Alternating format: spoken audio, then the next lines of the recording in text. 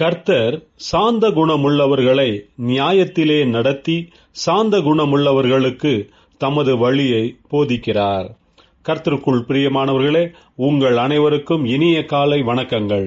இன்றைய வேதவசன தியானத்திற்கென்று நாம் தெரிந்தெடுத்திருக்கும் வேத பாகமானது மத்தேயு 1 அதிகாரம் 1 வசனம். ஆபிரகாமின் குமாரனாகிய தாவீதின் குமாரனான இயேசு கிறிஸ்துவினுடைய வம்ச வரலாறு. பிரியமானவர்களே, இன்றைய வேத தியானத்தின் தலைப்பு இரட்சகராகிய மேசியா என்பதே. புதிய ஏற்பாட்டில் இருக்கிற 4 சுவிசேஷங்களும் பரிசுத்த ஆவியின் ஏவுதலினால் 4 விதமான கோணங்களில் எழுதப்பட்டு இருக்கிறது. மத்தேயு சுவிசேஷம் யூத ஜனங்களுக்காக எழுதப்பட்டு இரட்சகரான மேசியா, அவருடைய வம்சம், அவர் செய்த செயல்கள் இவைகளை குறித்து எழுதப்பட்டு இருக்கிறது. அதிலும் மத்தேயு யூதர்களுக்கு முதலாவது சொல்லுகிறது என்னவென்றால், வேதத்தின் தீர்க்க தரிசனங்கள் அனைத்துமே இரட்சகரான மேசியாவை பற்றியே சொல்லுகிறது.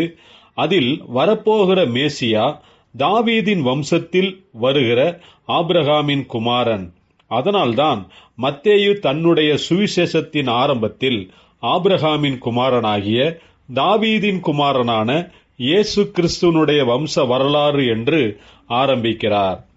யூதர்கள் வரப்போகிறவர் என்று சொல்லப்பட்ட மேசியா என்பவர் இந்த உலகத்தில் மிகப்பெரிய அதிகாரமுள்ளவர், இந்த உலகத்தில் உள்ள அனைத்து ராஜாக்களிலும் பெரியவர், விடுதலை கொடுக்கிறவர்.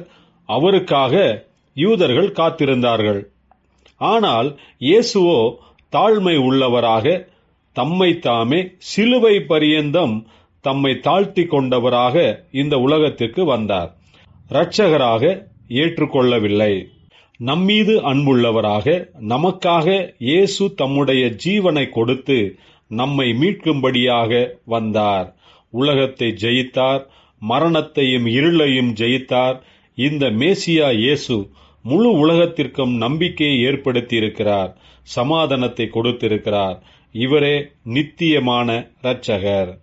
ஜெபிப்போம். ஜீவனுள்ள தேவனே, உம்முடைய கிருபையினால் இன்னும் அதிகமாக இரட்சகர் இயேசுவை பற்றி அறியும்படியாக ஞானத்தையும் கிருபையையும் தாரும்.